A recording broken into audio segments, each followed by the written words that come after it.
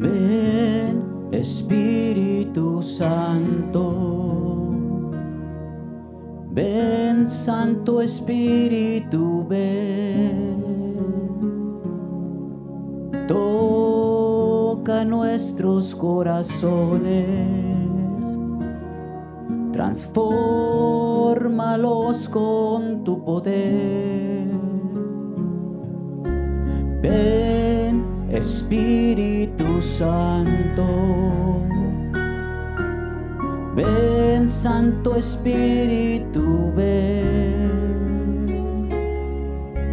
Toca nuestros corazones. Transfórmalos con tu poder. Quiero descubrir la verdad y no vivir más en la oscuridad. Quiero descubrir la verdad, ser luz que nunca deje de brillar. Quiero descubrir la verdad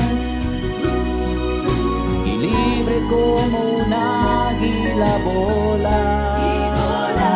Quiero descubrir la verdad y caminar sin miedo hasta el final.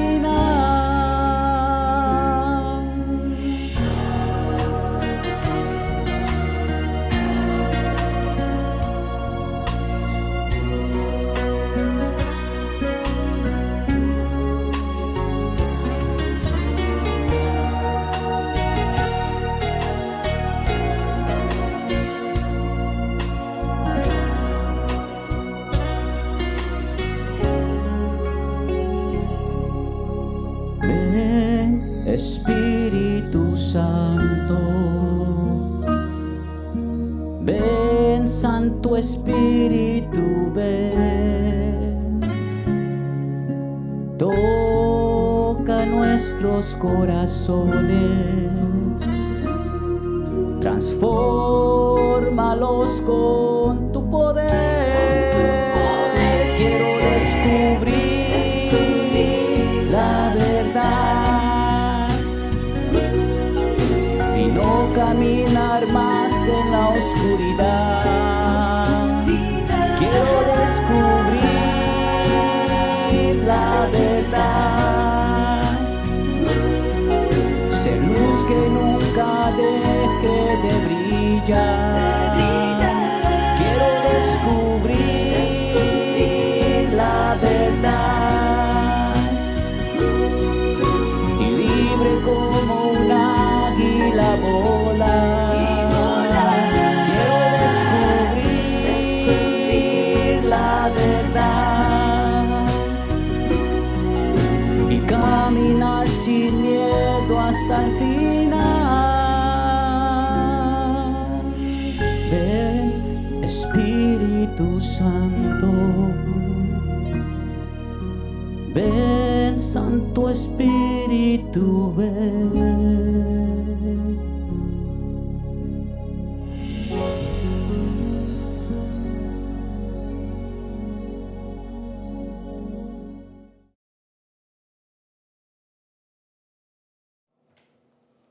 Buenos días.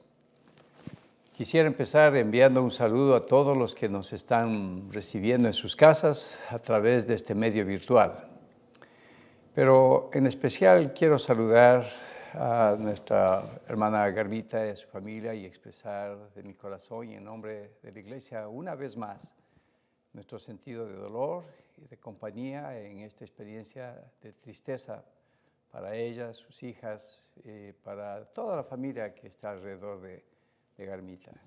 Que Dios les fortalezca, que el Señor sostenga su corazón, su fe, su ánimo y pueda experimentar la cercanía.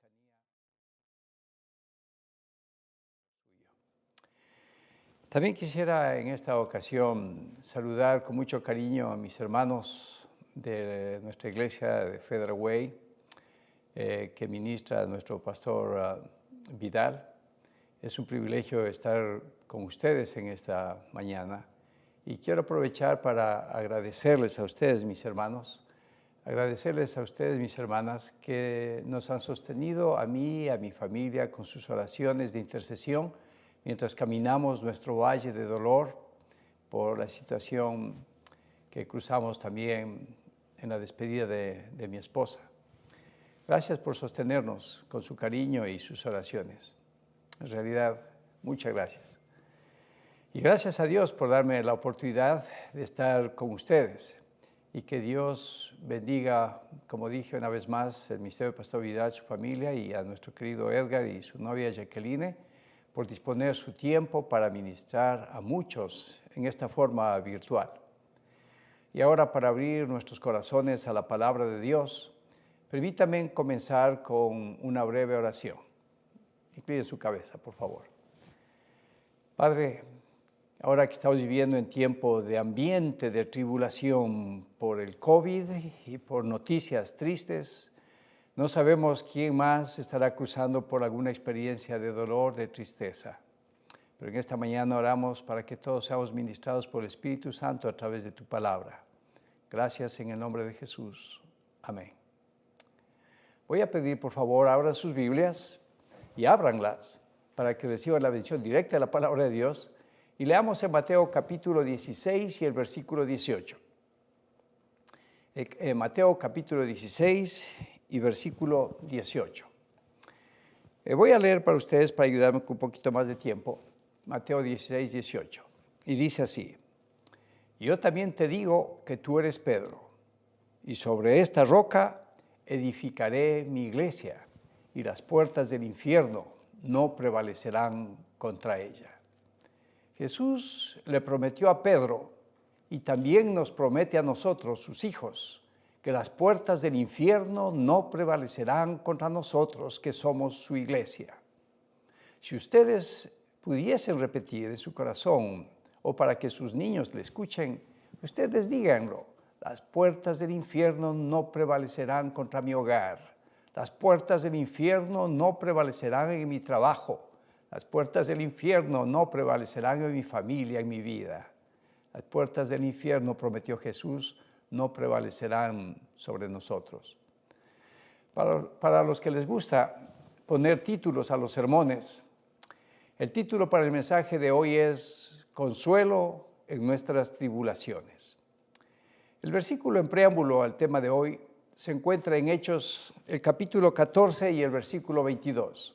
Permítame leer para ustedes y escuchen con cuidado. Leo en Hechos capítulo 14 y el versículo 22.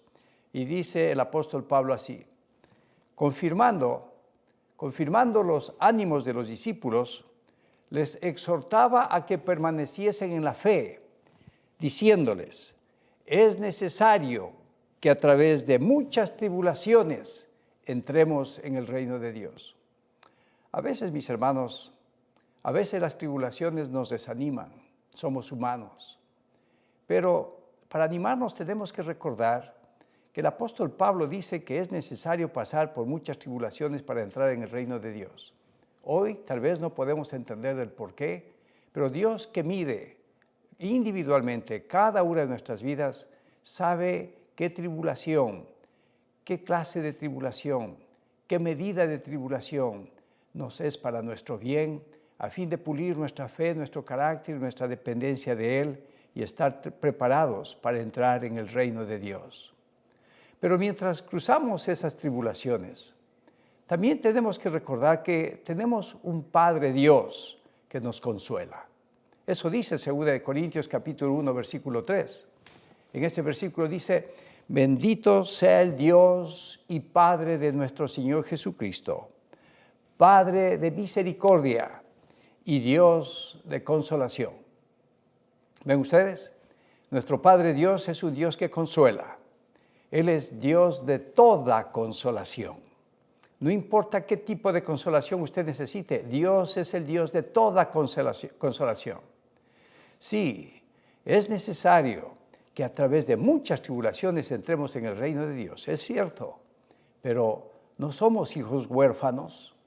En medio de nuestras tribulaciones, en medio de nuestro dolor, en medio de nuestras lágrimas, tenemos a nuestro Padre que nos consuela. Tenemos un Padre divino que nos fortalece y nos anima y nos acompaña en nuestra tribulación. Jesús nos advirtió que mientras estemos en este mundo siempre encontraremos tribulación.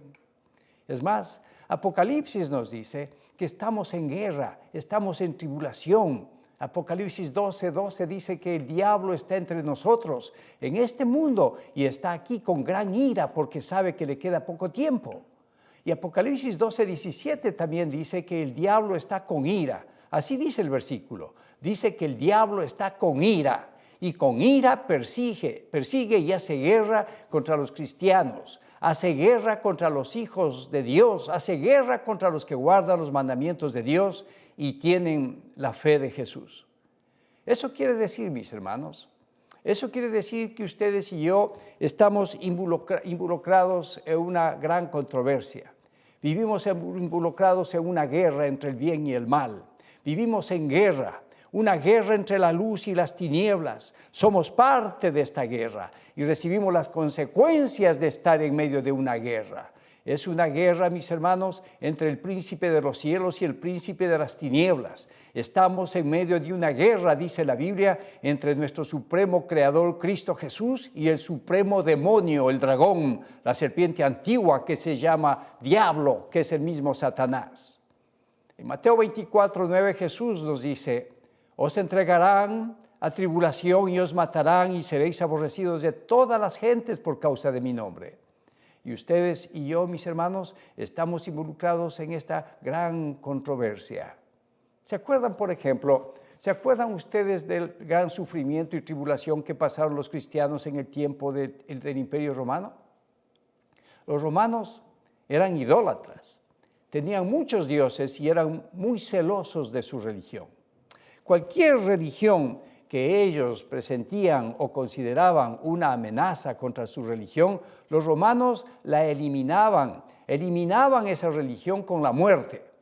Pero cuando apenas nació la iglesia cristiana, los romanos no tenían ningún problema con la iglesia cristiana.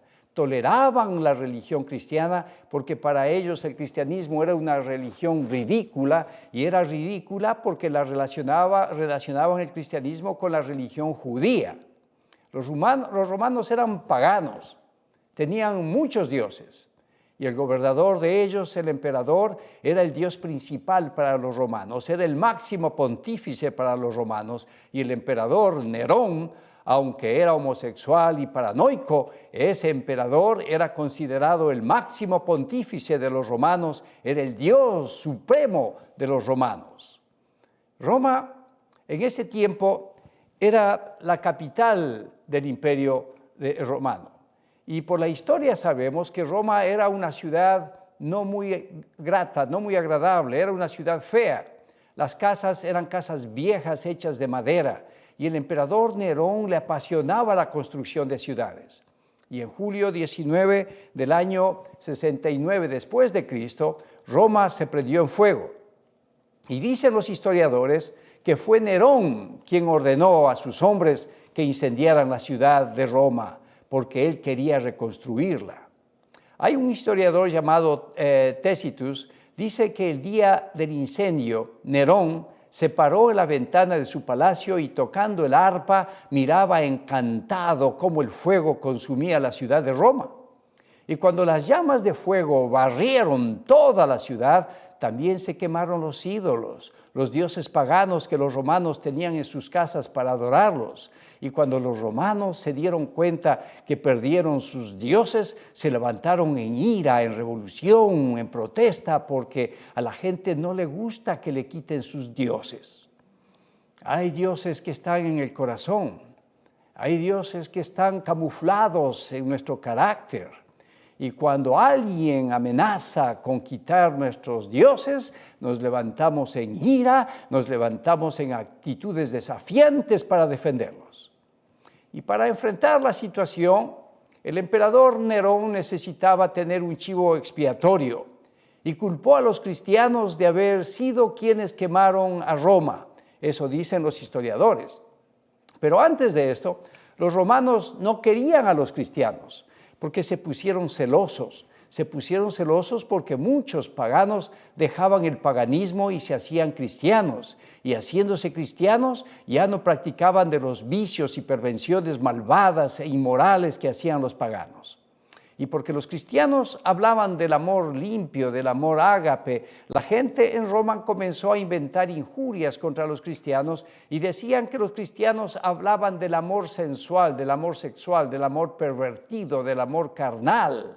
Y porque los cristianos también hablaban de comer la carne y beber la sangre de Cristo como símbolo del pan y el vino, la gente en Roma comenzó a injuriar a los cristianos diciendo que ellos eran caníbales.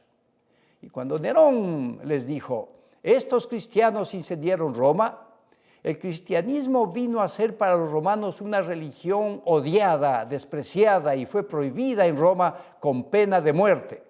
Y se levantó una terrible persecución para matar a los cristianos en la ciudad de Roma y también en las aldeas y en las provincias y en todos los rincones del imperio. Los cristianos eran atrapados y dados como alimento a los animales salvajes. Ellos eran quemados vivos, puestos como antorchas alrededor del estadio para alumbrar ese estadio en las noches para sus eventos paganos.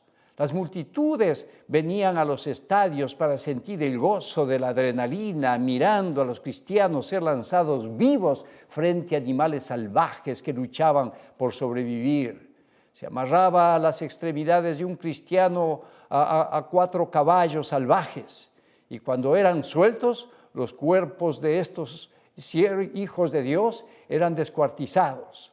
Y si alguien cree que estoy exagerando, lea usted en la biblioteca o en el internet y lea más sobre esto. Y usted verá que los romanos usados por Satanás quisieron hacer desaparecer a la iglesia cristiana. La Biblia dice, el diablo tiene ira y hace guerra contra los que guardan los mandamientos de Dios y tienen el testimonio de Jesús. El diablo tiene guerra contra los que sirven a Dios y quiere verlos llorar y quiere verlos sufrir. Pero entre ustedes y yo, les digo, mis hermanos, yo prefiero estar del lado de mi Señor y no del lado del demonio. Y no importa lo que el diablo me haya hecho. No importa que me haya hecho llorar y todavía provoque para que siga llorando. No importa que el diablo me haya hecho llorar y me ha hecho sufrir. No importa lo que el diablo quiera hacer. La promesa para usted y para mí es las puertas del infierno. Las puertas del infierno no podrán prevalecer contra usted. El apóstol Pablo, bajo la orden de Nerón, fue puesto en el calabozo. Y después Nerón ordenó que el apóstol Pablo sea ejecutado en la guillotina. Pero antes de morir, el apóstol escribió para animar a los cristianos en 1 Corintios 10:13. Él les dijo, no os ha sobrevenido ninguna tentación que no sea humana.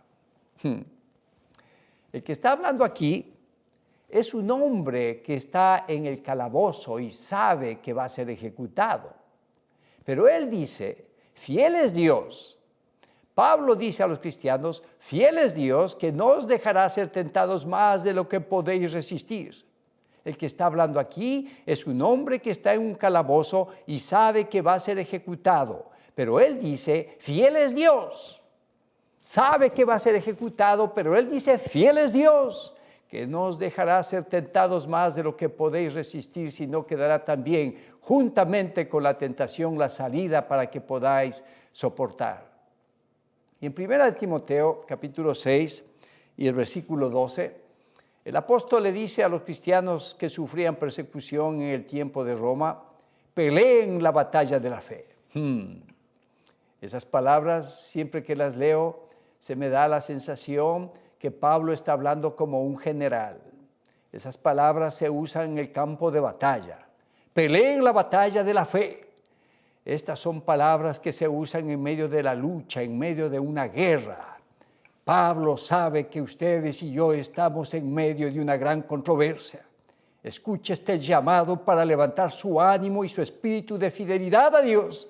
No importa las circunstancias, Dios habla y quiere animar el corazón de hombres y mujeres que los reconoce como sus hijos para levantar la cabeza sabiendo que nuestra redención está cerca. Pablo sabe que los cristianos están sufriendo persecución y aflicción, y Pablo se dirige a esos cristianos sufridos y en aflicción como a soldados. Él les habla como un general a soldados, siervos de Dios. Peleen la batalla de la fe, les dice.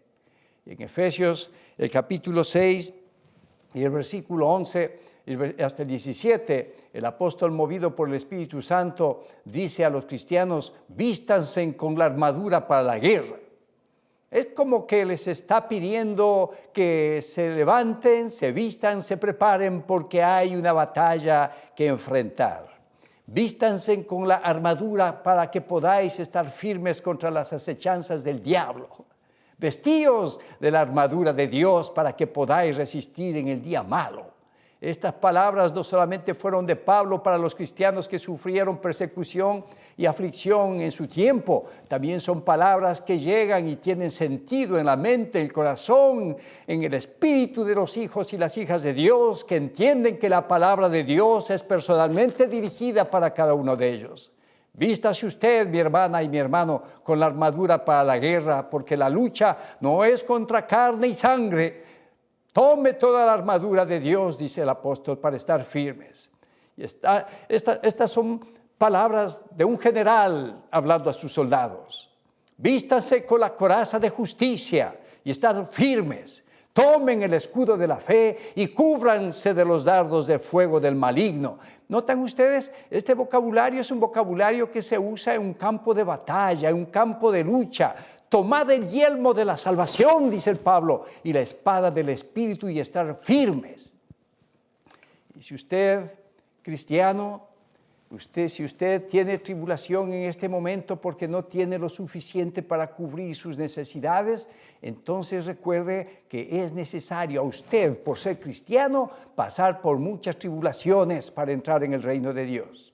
Respetuosamente le digo, hermano cristiano, si a usted le toca sufrir, como a mí también me toca sufrir, sea fiel en su sufrimiento a Dios, no se deje caer en tentación del desánimo. Piense que Dios está al control de su prueba y de su sufrimiento, y que usted puede tener la gracia divina para poder resistir en el día malo. Juntamente con la tentación, se nos asegura que también hay salida para que podamos soportar. Acuérdese que viene el día en que usted caminará en las calles de oro en la Nueva Jerusalén. Tal vez aquí no tenga lo suficiente, pero allá tendremos más de lo que imaginamos, de lo que nunca ha subido al corazón humano, calles de oro para caminar. Si por alguna razón le corrieron de su departamento por no tener lo suficiente, es necesario que a través de muchas tribulaciones entremos en el reino de Dios. Sufra como un soldado de Cristo. Jesús dijo: en la casa de mi Padre muchas mansiones hay. Voy a preparar lugar para vosotros y volveré otra vez. Si perdemos un departamento aquí, nos espera una mansión en el cielo. Todas las luchas y todas las pruebas en esta vida no son nada comparadas con lo que Dios ha preparado para su pueblo. Me gustaría escuchar cómo dice en su corazón amén a estas promesas benditas, y dígalo para su propia bendición y para que quede ese amén espiritual en el ambiente de su casa. Dígalo amén para que usted mismo se persuada. Pablo sufrió muchas formas de aflicción, y es interesante que aunque estuvo en un calabozo, desde ese calabozo les dijo a los cristianos: regocijaos en el Señor siempre. Regocijaos en el Señor siempre. Y otra vez os digo, regocijaos. Cuando los turistas visitan el calabozo donde estuvo el apóstol Pablo, ellos pueden ver que ese lugar fue un lugar donde no se podía ver la luz. El calabozo era un lugar frío donde los presos vivían con las ratas. El apóstol tenía las manos y los pies encadenados a la pared y estaba semidesnudo, con frío y con hambre. Pero estando en esa condición, él dice: regocijaos en el Señor siempre. Eso quiere decir que no importa las circunstancias, Hay un poder divino que puede descansar en el cristiano y darle la capacidad, aún en esas circunstancias, tener un espíritu de regocijo, aún por la prueba. No es un regocijo como lo provoca o lo quiere provocar el mundo. Es un regocijo que viene de Dios y solamente el cristiano que lo recibe lo puede interpretar. El apóstol en su calabozo tenía que oler los desperdicios de su propio cuerpo. Y desde ese lugar el apóstol Pablo escribió a los que sufrían aflicción y persecución y les dijo: regocijaos en el Señor siempre. Y otra vez os digo, regocijaos. Busque ese regocijo en el Señor, búsquelo porque Él promete y la palabra de Dios dice que sí se puede. En un calabozo Pablo todos los días y las noches escuchaba las maldiciones y gritos y quejas de los presos cuando eran torturados. Pero el apóstol, en medio de ese ambiente, en medio de ese lugar, escribió a los que sufrían aflicción, persecución y les dice: regocijaos en el Señor siempre. Y otra vez os digo, regocijaos. Busque al Señor, Él provoca el regocijo misterioso que el mundo en su forma natural no lo puede encontrar. Y estando en ese calabozo, el apóstol escribió y les dijo a los hermanos de Éfeso: estoy sentado en lugares celestiales con Cristo Jesús. Efesios capítulo 2, versículo 6. Pablo dice: estoy sentado con Cristo Jesús. Pablo estaba en un calabozo, pero él dice: estoy sentado en lugares celestiales con Cristo Jesús. Pablo se sentía tan unido con Cristo, que aún estando en un calabozo, él no se sentía como desdichado. Él sentía que estaba en el cielo con Jesús. Él dice: estoy sentado con Cristo en los lugares celestiales. Él no se sentía solo en la aflicción. Y esta es la misma experiencia que ustedes y yo podemos tener si buscamos a Jesucristo en nuestra experiencia diaria cristiana para experimentar el gozo y la paz que el mundo no puede dar en medio de la aflicción. La Biblia dice en 2 Corintios capítulo 4, el versículo 8 y 9, la Biblia dice que si sufrimos, también reinaremos con Él, 2 Timoteo 2:12. La Biblia dice que si estamos atribulados, con Él no estaremos angustiados. La Biblia dice que si estamos en apuros, con Él no estaremos desesperados. La Biblia dice que si estamos perseguidos, con Él no estaremos desamparados. Podemos sentir que estamos derribados, pero con Él no nos sentiremos destruidos. Y en medio de la aflicción, unidos con Cristo, podemos decir como el apóstol Pablo: estoy sentado en lugares celestiales con Cristo Jesús. Y en Romanos el capítulo 8, el apóstol Pablo pregunta: ¿quién nos separará del amor de Cristo? Esa es una buena pregunta para los cristianos. ¿Quién nos separará del amor de Cristo? ¿Tribulación o angustia o persecución o tal vez el hambre? Tal vez la desnudez o el peligro o la espada. ¿Quién nos separará del amor de Cristo?, pregunta el apóstol Pablo. Y el mismo apóstol responde: estoy determinado que nada ni nadie me separe del amor de Dios. Esa debe ser nuestra meta. Esa debe ser nuestra actitud en la vida cristiana. Ustedes recuerdan la masacre que sucedió en el estado de Colorado, en la high school, en Lettertown. Los jóvenes, al escuchar los disparos, se escondieron donde más pudieron y otros estudiantes pudieron salir del edificio de la escuela y escaparon. Pero el ejecutador encontró a una jovencita de 17 años, le puso el arma en la cara y le preguntó: ¿crees en Jesús? Ella, sin dudar, inmediatamente, naturalmente, le salió la respuesta en decir: sí, creo en Jesús. El ejecutador le preguntó por qué, pero no le dejó responder. Le disparó y la joven cayó a sus pies. ¿Quién nos separará del amor de Cristo?, pregunta el apóstol Pablo. ¿Cuántos creen que es un privilegio sufrir por el amor de Jesús? ¿Cuál es el amor de Cristo, pastor? El amor de Cristo está en la historia de la redención. Y el amor de Cristo nos da un ejemplo de cómo resistir también la aflicción. Ustedes saben que cuando Dios creó al mundo, Adán era el príncipe de este mundo. Pero Satanás quitó el poder de este mundo de las manos de Adán, con mentiras, con engaños. Satanás había hecho lo que quiso en la tierra por 4,000 años. Y Satanás se enteró que los profetas comenzaron a anunciar que Jesús venía para redimir, para recobrar lo perdido. Y Jesús reconoció que Satanás era el príncipe de este mundo. Pero así Jesús decidió venir a este mundo, al territorio de Satanás, para redimir, para salvar. Jesús vino a buscar lo que estaba perdido, dice la palabra de Dios. Y después que Jesús ayunó por 40 días, el diablo vino a buscar a Jesús y lo encontró en el monte de la tentación. Y encontró también que Jesús estaba orando y ayunando por 40 días. Él sabía que Jesús tenía hambre. Y el diablo le dijo: Jesús, si tú eres hijo de Dios, haz que estas piedras se conviertan en pan. Pero Jesús no tomó el camino fácil para solucionar su problema de hambre.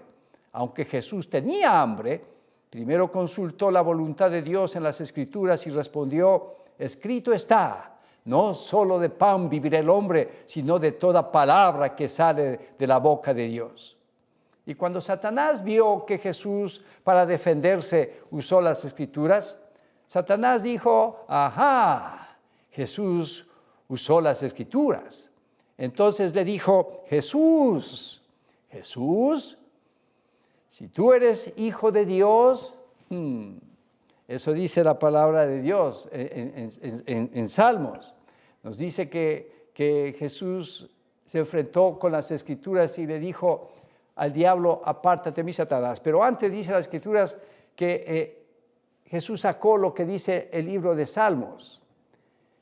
¿Por qué? Porque el diablo usó también las Escrituras. El diablo se dio cuenta que Jesús usó las Escrituras y él también usó el libro de Salmos. Y le dijo, y leyó la parte que dice que los ángeles de Dios le protegen. Eso quiere decir, le dijo el diablo a Jesús, eso quiere decir que si tú saltas al vacío desde aquí, del pináculo del templo, Dios enviará ángeles que te protejan y ellos no dejarán que tu pie tropiece en piedra. Salta, Jesús, lánzate al vacío y prueba si la palabra de Dios se cumple. Jesús consultó la palabra de Dios y dijo a Satanás: escrito está, Satanás, no tentarás al Señor tu Dios. Entonces el diablo llevó a Jesús a una montaña alta y le dijo: Jesús, yo sé por qué has venido a este mundo. Yo sé por qué estás aquí. Has venido a redimir al ser humano, has venido a quitarme el reino. Pero tú sabes, Jesús, que en Isaías 53 dice que ellos, a quienes has venido tú a redimir, te rechazarán. Rechazarán tu oferta de dar tu vida por la vida de ellos. Se burlarán de ti y te golpearán y te rechazarán. Y el precio que vales para ellos será solo de 30 monedas romanas. Ellos van a lacerar tu cuerpo con varas y látigos y te humillarán y romperán tu corazón despreciándote y rechazándote. Pero, Jesús, tengo una oferta para ti, le dijo el diablo. Si te inclinas y me adoras solo una vez, te daré mi reino por las buenas sin que tengas que sufrir y morir. Mi hermano y mi hermana, quiero hacer una pausa para decirle algo. Vigile cuando el diablo le ofrece caminos fáciles para salir de las pruebas. Cuidado cuando el diablo le ofrece algo fácil, sin aflicción y sin lucha. Es fácil la oferta del diablo de transgredir el día santo de Dios por unos $50 o $100 que le ofrecen por trabajar en sábado. Es fácil la oferta del diablo de retener $50 o $100 de los diezmos y las ofrendas y robarle a Dios. Jesús tuvo que sufrir tentación con aflicción y nosotros también. Le dijo Satanás: inclínate, Jesús, inclínate ante mí y adórame. Solo una vez y te daré mi reino por las buenas. Jesús consultó la palabra de Dios, que es la espada de dos filos, y le dijo al diablo: Satanás, no voy a tomar el camino fácil, Satanás. La Biblia dice: adorarás al Señor tu Dios y a Él solo servirás, y eso es lo que voy a hacer, Satanás. Solo a Dios voy a adorar. No quiero tu oferta. Vine para hacer la voluntad de mi Padre y la voluntad de mi Padre la voy a hacer. No importa que tenga que sufrir aflicción, no importa que tenga que sufrir tristeza, no importa que tenga que sufrir dolor. Vine para hacer la voluntad de mi Padre y la voluntad de mi Padre voy a hacer. Y no voy a tomar el camino fácil. Mis hermanos, la palabra de Dios nos enseña que el plan de redención es la expresión de amor de Dios, de Jesús mismo, porque Él comprendió lo que es ser tentado, Él comprendió lo que es el sufrimiento. Pero al mismo tiempo el plan de salvación en la vida de Jesús y en medio de la tentación y la aflicción nos da el ejemplo de cómo los hijos de Dios podemos también salir victoriosos como Él salió victorioso. Dice la Biblia que después enseguida le dijo al diablo, quítate delante de mí, Satanás. Y dice la Biblia, mis hermanos, y ustedes saben que el diablo y todo su malvado ejército de demonios huyeron. ¿Cuántos quisieran en su corazón, como en mi corazón en este momento que estoy imaginando ese instante, decir amén al Señor? La Biblia dice que enseguida que los demonios huyeron porque Jesús hizo la decisión de ser firme y fiel al cometido de su misión. Vinieron ángeles y le sirvieron a Jesús. Mis hermanos y mis hermanas, cada vez que usted sale de la tentación con victoria, ángeles vienen a su casa, ángeles vienen y le sirven. En la hora de peligro, en la hora de angustia, la Biblia dice que el ángel de Jehová acampa alrededor suyo, alrededor de los que le temen, y ellos no solamente ahí, pero están ahí para defenderle. La señora White también dice eso en El Gran Conflicto, en la página 343, ella dice que en todos los tiempos, Dios se valió de santos ángeles para socorrer y para librar a su pueblo. Cada vez que el diablo le pone la tentación que se postre ante el alcohol, ponga su mano en la espada, que es la palabra de Dios, la Biblia, y aguante. No deje que el diablo se burle de usted. Cada vez que el diablo le pone la tentación de transgredir el sábado, no se postre ante el diablo. Ponga su mano y su corazón en la espada, que es la palabra de Dios, la Biblia, y aguante. No deje que el diablo se burle de usted y deshonre el nombre de Dios. Cada vez que el diablo pone la tentación que se postre ante las drogas, el adulterio, ponga en su corazón la palabra de Dios, la Biblia, y vea cómo esa espada de dos filos destruye las fuerzas de la tentación y las filosofías del diablo. No deje que el diablo se burle de usted. Ocupe el lugar de una hija de Dios y manténgase en ese lugar. Jesús usó las Escrituras porque Él conocía las Escrituras y se defendió con las Escrituras porque estaba familiarizado con la Biblia. Jesús le dijo al diablo, quítate delante de mí, Satanás.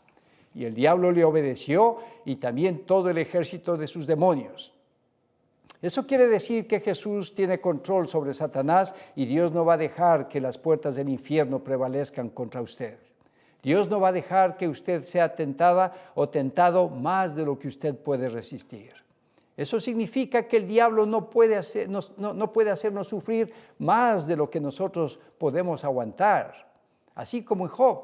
Pero Dios dice, aunque mis hijos sean probados, el diablo no podrá quitarlos de mi mano. Las puertas del infierno no prevalecerán contra ellos. Y quiero terminar recordándoles que en el tiempo de la persecución en Roma hubo un joven que vivió por ese tiempo, por el año 65 después de Cristo. Él era un joven pagano, entregado al paganismo, y su corazón, su costumbre, su mente, su cultura era encontrar satisfacción y alimento para su estima propia en el paganismo y en las corrupciones del paganismo. Pero encontró la verdad sobre Jesús y se convirtió, se hizo un cristiano. Y genuinamente, con un corazón convertido, él les escribió una carta a sus padres.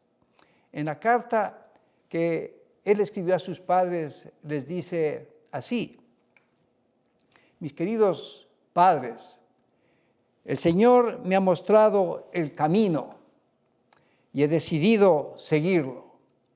Sé que sufriré persecución aquí en Roma por ser cristiano, pero no tengo miedo porque amo a Jesús más que a mí mismo.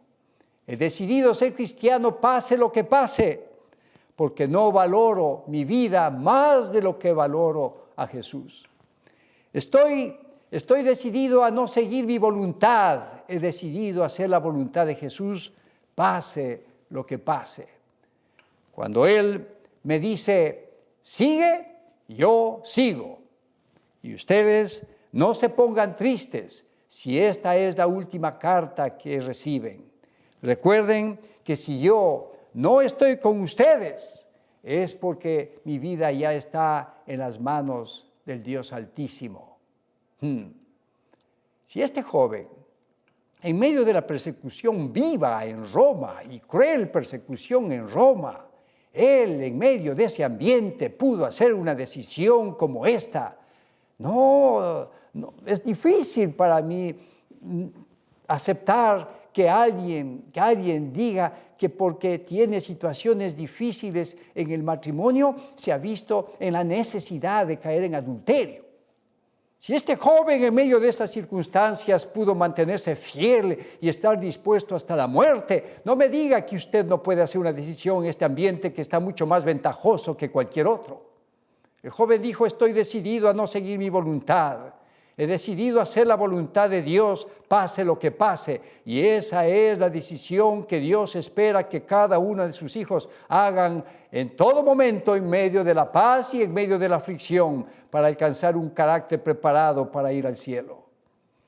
Esta mañana quisiera invitarles a considerar que la vida cristiana está advertida por Jesús de que va a ser una vida en medio de aflicción, en medio de batalla, en medio de una guerra, en medio de unas circunstancias difíciles que a veces imaginándolas parecería que no vamos a soportar, pero en el momento dado, cuando nos toque cruzar ya la misma prueba, la gracia de Dios se hará manifiesta y nosotros lo que nos parece imposible que podemos soportar ahora imaginando, en ese momento el Señor se glorificará mostrándonos que así es posible su promesa bendita. Prepárese con su decisión y sea fiel ahora que tiene paz. Manténgase fiel y de pie y alce su cabeza porque la redención nuestra está cerca. Ustedes y yo tenemos un cometido delante del Señor y ser luces del mundo, ejemplo del mundo. Somos Biblias abiertas, epístolas abiertas a nuestros hijos, a nuestros niños, a nuestros jóvenes. Somos epístolas abiertas para que vean que somos cristianos en todo momento, en toda situación. Somos epístolas abiertas, aunque nos toque llorar, aunque nos toque padecer, aunque nos toque tener necesidades o limitaciones económicas o cualquiera que sea, seguimos siendo epístolas abiertas para que los que nos ven puedan leer en nosotros la palabra de Dios que se cumple, que dice, de cierto os digo. Jesús lo dijo eso, que estará con nosotros todos los días hasta el fin del mundo. Queridos hermanos y mis queridos compañeros en la fe, estamos en este camino para acompañarnos, para protegernos bajo la sombra del Altísimo y no permitamos que ninguna otra cosa nos mantengan lejos de esta gracia bendita. Cuando sacaron al apóstol de la cárcel de Roma y lo llevaron al lugar de su ejecución, la multitud que estaba allí querían saber qué haría Pablo ahora que era un anciano y que estaba frente a la guillotina. ¿Qué haría Pablo? La gente quería saber. Y muchos también quieren saber qué va a hacer usted ahora que está pasando su prueba. Pablo le escribió a Timoteo en esos momentos últimos de su vida: he peleado la buena batalla, he guardado la fe, y está guardada para mí también una corona de justicia que el Señor, el juez justo, me dará en el día de su venida, y no solamente a mí, sino a todos los que aman su venida. Estas palabras me hacen imaginar la actitud del apóstol. Él habla como que está en medio de una batalla y sabe que ha llegado su hora, pero habla con el espíritu de victoria, con el espíritu de alegría, aunque no crean ustedes, no ha haber sido fácil enfrentar esos momentos, pero había una gracia divina que se manifestaba en él y se manifiesta en los cristianos para darles paz en medio de la tormenta. Con la ayuda de Dios, ¿se mantendrán ustedes firmes? Con la ayuda de Dios serán fieles aún en medio de su aflicción. Con la ayuda de Dios se mantendrán firmes mis hermanos y mis hermanas, como Pedro, como Pablo, como los discípulos, como Jesús. En nombre de Jesús, quisiera yo verlos, pero Dios ve su corazón y ve sus manos. Yo quisiera preguntarles cuántos quisieran de ustedes ponerse de pie y pedir fortaleza y victoria, cualquiera sea su lucha, su necesidad, su tristeza, su prueba. Póngase de pie y pidámonos encomendándonos bajo las alas del Altísimo, por la prueba que esté pasando hoy o por la que pueda venir después. Inclinemos nuestra cabeza y entremos bajo esa sombra bendita que nos ampare, que nos sostenga y que nos encamine hasta el último día de nuestra vida, hasta el día también que entremos a las mansiones celestiales a reinar para siempre en la paz gloriosa en la presencia de nuestro Salvador Jesucristo. Oremos. Amado Padre, gracias porque como cristianos no somos seres huérfanos. Tenemos al Espíritu con nosotros. Y en esta hora en nuestro hogar pedimos para que tu sombra se sienta en nuestra casita, se sienta en nuestra mente, en nuestros hijos, en nuestro matrimonio, en nuestra familia, en nuestra iglesia. Y esa sombra nos acompañe cada día en nuestro caminar por este desierto de la vida. Y cualquier cosa de experiencias que nos toque encarar y afrontar, esa misma sombra nos capacite para soportar lo que tenga que soportar, a fin de preparar un carácter que esté listo para reinar contigo en las mansiones celestiales. Bendícenos para ser inspiración para la esposa, para el esposo, para los hijos, para los que nos conocen, para hacer epístolas abiertas en medio de toda circunstancia.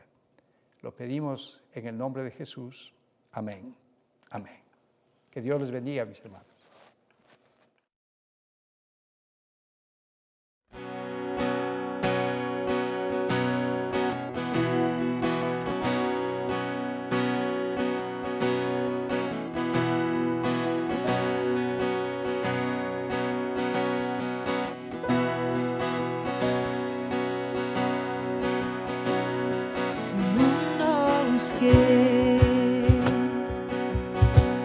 Y no pudo llenarme, ningún tesoro que pueda ganar me saciará. Llegaste tú, me diste vida nueva.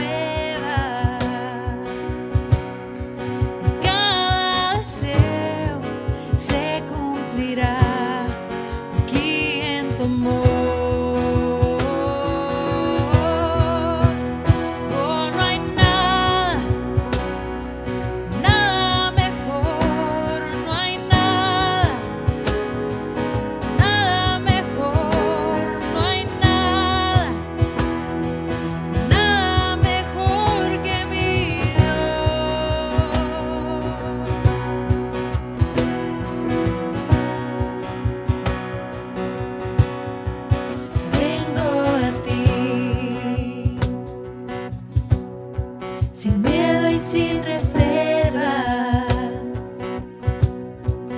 cada fracaso has visto, Señor, en tu amigo soy, porque el Dios de los montes es el Dios